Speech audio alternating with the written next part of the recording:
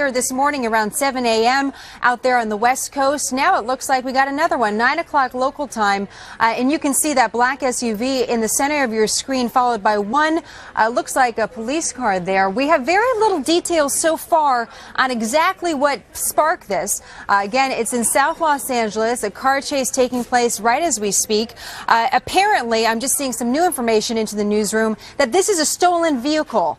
As you can see, our affiliate KTTV back on this case. Busy day for them out there in that helicopter, Greg. But they are certainly working this story, as we are as well, to try to figure out what exactly happened here. So, again, South LA, we have a stolen car on our hands, Harris. Anything else we know? Can you hear anything from that helicopter? You got to ask yourself all the time, and how can these guys...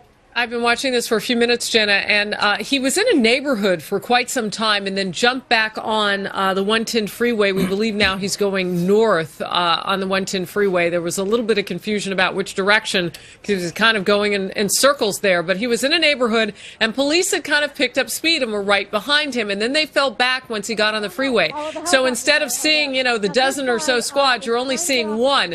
What's so interesting, this is not awfully far from the previous car chase that we covered just a couple of hours ago, which involved a vehicle and two suspects, a man and a woman, a separate car chase. But police had told me on the phone earlier they had put a ton of resources on that car chase and we're still processing paperwork. Wow.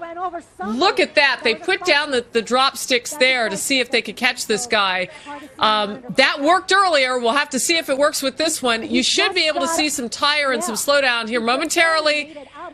And it looks like it may have worked. Back to you, Jenna. All right, Harris, we're going to continue to watch this as that car takes a turn around that bend. We're losing sight of it as we're trying to keep an eye on what exactly is going on there. You saw what looked like an officer in the middle of the street, right, Greg? Something looked like he's trying to stop it. Some individual almost got run over. And see, that is the real problem here, which is why police officers often don't engage in high-speed pursuits unless exigent circumstances exist and somebody's life is in danger.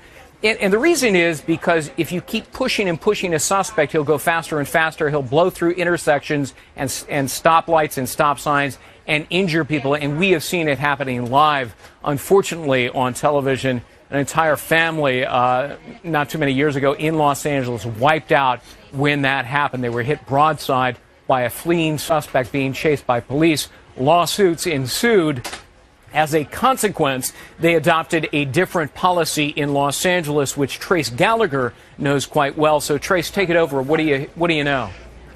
Well, we know that he was on Adams, which is just south of downtown, Greg. What makes this dangerous, he's on surface streets. It's about 9:20 in the morning here, a very busy time of morning, and he's traveling, as you see here, at a very good rate of speed. We know this is a stolen car, and you saw that police officer try to throw out that spike strip. He was dragging that spike strip along with him. It now looks like he has lost the spike strip, and I'm having a hard time. Maybe you guys can see better than I can. It looks like that maybe that left rear tire is either low or it's been blown, but right now it looks like he is still traveling at a very good rate of speed near downtown Los Angeles. As you said, Greg, the policy here is different from jurisdiction to jurisdiction. The California Highway Patrol is much more aggressive about these chases than the local police. You may see them if they believe this guy poses a danger and is, well, you see him pulling over right there with the police behind him.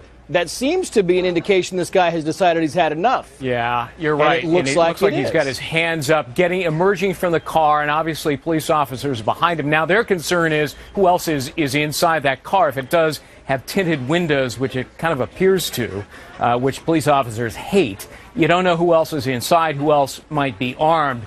But this one seems to have ended with the driver pretty quickly figuring out he wasn't going to get away with it. And, Trace, I think you're right.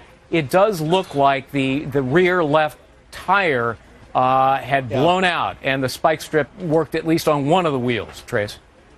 Yeah, two car chases, Greg, here in Southern California in the past hour and a half. This one, both of them, by the way, ended without anyone getting hurt. But again, you see police there, this guy on the ground. It does not look from our vantage point like there is somebody else inside that car. We were told he was alone, stole the car, and now he's lying on the ground. Or, again, we talk about this many times, California being a third strike state, and the reason a lot of these guys go on and on is because they've got 2 strikes against them, and if they commit a violent crime, you know, it could be bye-bye for a very, very long time. So this guy looks like he is rolling over and giving up for the time being. It looks to be coming to an end, Greg. Yeah, said to be a stolen vehicle. We've been listening in on our KTTV chopper pilot who has been commenting and may have some additional information. Shall we listen into that? Let's listen in. All right, they're checking out that vehicle right now, making sure there's no one there. They're clearing it. And it looks like there might be no one. Code 4, so it's done. Car is clear. That's just the one man. So they move in, and then they'll cuff them. All right. So it's over. The Code 4 indicates that there's nobody else in the vehicle.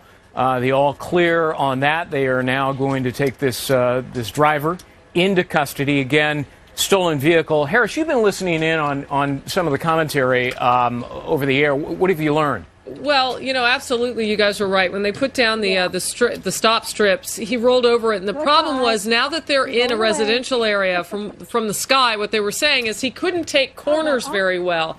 Straight away on a freeway, no problem. He could have just gone down to the rims. But when you're trying to turn in neighborhoods, he was having a hard time getting away, making turns and short stops and all the things that have to do with driving in a residential area. And the other thing was there were just so many more cars on these side streets that maybe he had anticipated. One of the comments by the chopper reporter was that he was really starting to become much more reckless and dangerous because he couldn't stop short without all tires on the floor. That back left driver's rim was really getting exposed. All right, Harris, thanks very much. Final comment from Trace Gallagher out in Los Angeles. And Trace, this one, you know, we cringe every time we see this, especially on the surface streets, because we have seen people become catastrophically injured and killed in these chases. Yeah. This one turns out pretty well. Especially when they continue on, Greg, and they've got a left rear blown tire or a blown front tire. They go at high speeds, like Harris was talking. They cannot navigate those corners. And so what happens is they get desperate, and in that desperation, something always happens, and it's the innocent bystanders, especially at 9:20 on a Monday morning near downtown Los Angeles. You got people walking around, people driving around. They become highly